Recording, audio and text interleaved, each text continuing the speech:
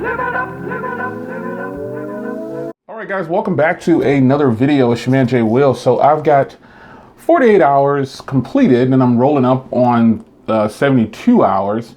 And I wanted to tell you how I feel about the Sony Xperia XA Ultra. Now you didn't see a unboxing on this because it was kind of one of those things where I'm getting ready to pull this out of the box. I'm getting ready to start using it because I've waited so long to get this phone. And you know, I just wanted to jump right in. Some phones I do that with. But this phone right here, I've actually been using it for about going on 3 days. So I'll just label this 48 hours. But I have my main SIM card in here and I've tested it 2 different ways now. Right now I'm doing an LTE test to see how it is because this doesn't have voice over LTE. So, you know, when I make calls, it drops down to HSPA+, but nonetheless. So this Sony phone, the XA Ultra, was released in 2016 in July. It was announced in May of 2016 and was released in 2016 July. Now I don't know when exactly it hit the US shores, but it hasn't been out longer than 8 months, I believe. So the body of this phone is 8.4 inches in, 8.4 millimeters in thickness, about 6 inches by 3 inches. And it's a pretty well-built device. Now this says that this phone weighs 202 grams. I just don't see it. I don't feel it either. I don't know how this phone could weigh so much, but it says that it does. So I don't know. On the front here, you get a, if I can pick it up, you get a 6-inch 1080p IPS display. And on the front, you've got a 16 megapixel camera with optical image stabilization. And on the rear, you have a 21.5 megapixel with 2.2 aperture with LED flash, no optical image stabilization or anything like that. But it's a pretty solid camera in the right lighting. Now the front camera has a f2.0 aperture, so and it has a LED flash too. Now they're kind of selling this phone to people who are selfie lovers. You know, it's not a really expensive phone. When it first dropped, it was kind of expensive at almost 400 bucks. And now you can find it on sale a lot for $299, sometimes $239. And that's really, really low. Now it does have the 5 gigahertz band for Wi-Fi, but it doesn't have AC. But I haven't had any problems with Wi-Fi. It does have GPS and GLONASS, so it has the basic things of a smartphone. Now, I decided to just use this as is without any kind of overlay because I actually fell in love with Sony's overlay. I like their theme store. I went into this theme store and I loaded up on a bunch of different themes. I've actually been pretty excited to keep their theme on there. So one of the highlights of this phone, now I could do a full review already, but I'm not going to because I've already picked out a lot of flaws in this phone. But one thing I will say, let's touch on the battery. Now the battery in here is a 2700 milliamp, I believe. It's kind of small. Let me just confirm to be sure. Yep, 2700 milliamps. For a phone with these specs and you know this, it's kind of weird. And another thing is kind of weird. You only get 16 gigs of onboard storage, and of that, out of the box, I only had like 4 left after. And I didn't even do anything, so I had to make some adjustments. There's a lot of bloatware on this phone, and I think that's what's bogging down this battery. It's bogging down the battery, and it's taking up all the memory. So once I got a lot of things out, I put an SD card in there, and I moved all of the things that I could move to the SD card. Because once you put it in there, it'll prompt you, hey, do you want to start moving things on your SD card to free up phone's memory? And it's kind of sad, but 16 gigs should not have been in this phone. I know you guys have heard it before. It should have been 32, but you know, it's doable. I just put an 8 gig card in here and my phone now has about 9 gigs free, maybe 7 or 8, 9 gigs free. And the SD card, you know, I have about 7 or 8 gigs free. Wait, no, I have about 6 gigs free. I'm sorry, because I put an 8 gig card in here, so 6 gigs free. But using this daily isn't very hard.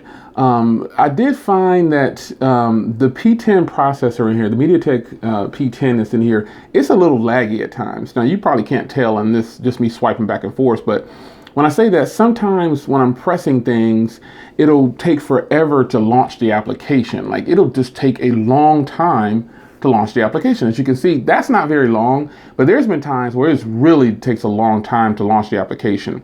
And it's kind of weird. I was like, wow, this is taking forever to launch this doggone application. Why is it taking so long? So, you know, I don't know. It's just one of those things where I think it's just the processor, because it has 3 gigs of RAM, and it's not a very fast and fluid phone. Even with their overlay on it, just leaving it there. I kind of like Sony's overlay. Of course, there's a bunch of different skins you can do. But, you know, the phone itself is pretty solid overall. You know, it's supposed to get 7.0. I'm not waiting on it. I'm just kind of enjoying it as is. But let's be clear here. The highlight of this device is going to be the cameras. So I'm going to give you a demo of the cameras right now, and I want you to tell me what you think about the cameras. I'll take some front shots. I'll take some rear shots. I'll do some video. You tell me. So cut, and I'll be right back.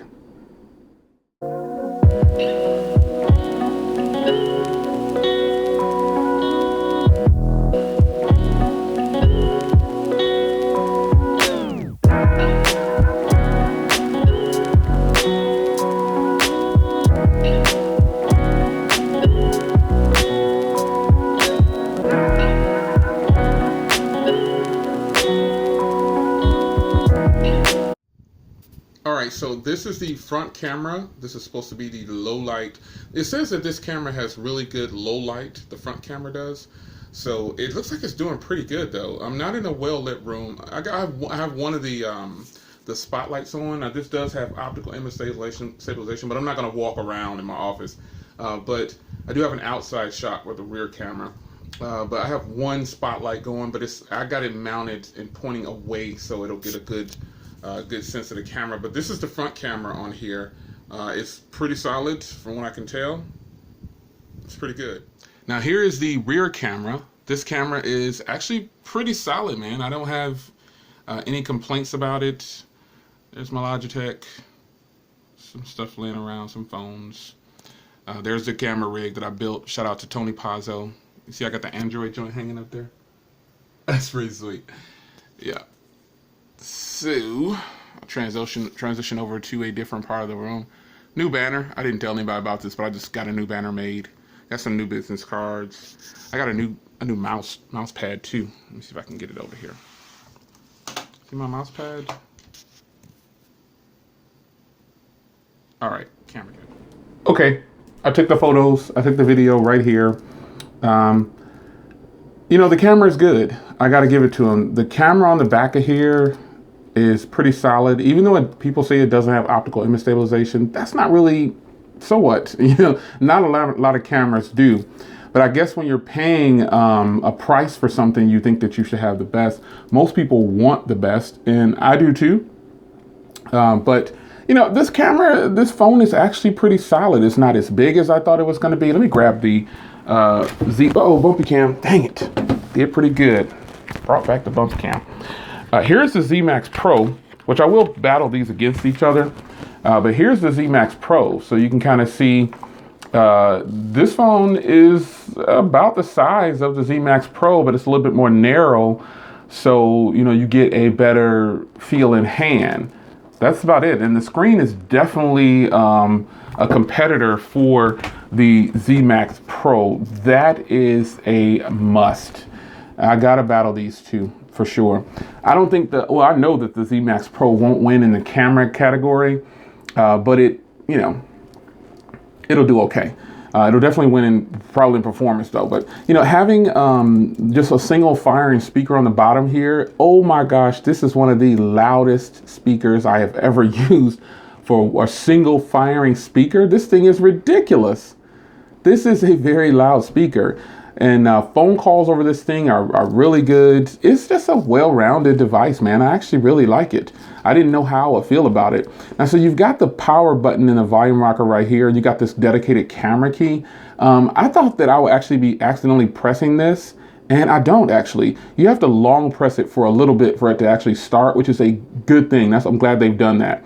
But I haven't had any problems with this thing, man. No problems whatsoever. So I'm pretty excited about this, to have this phone on hand. Finally, it's been a very long time, and it was time for me to bring this one in. You know, I waited almost a year, 8 months, about a little under 8 months, but it's definitely a phone that I could possibly recommend. I don't know yet. It's only been about 3 days or so, but it's not a phone that I'm ready to do a catch and release on yet, even though, now let me touch on the battery real fast. Now I kind of skipped around in here, but that's okay. It's just a video.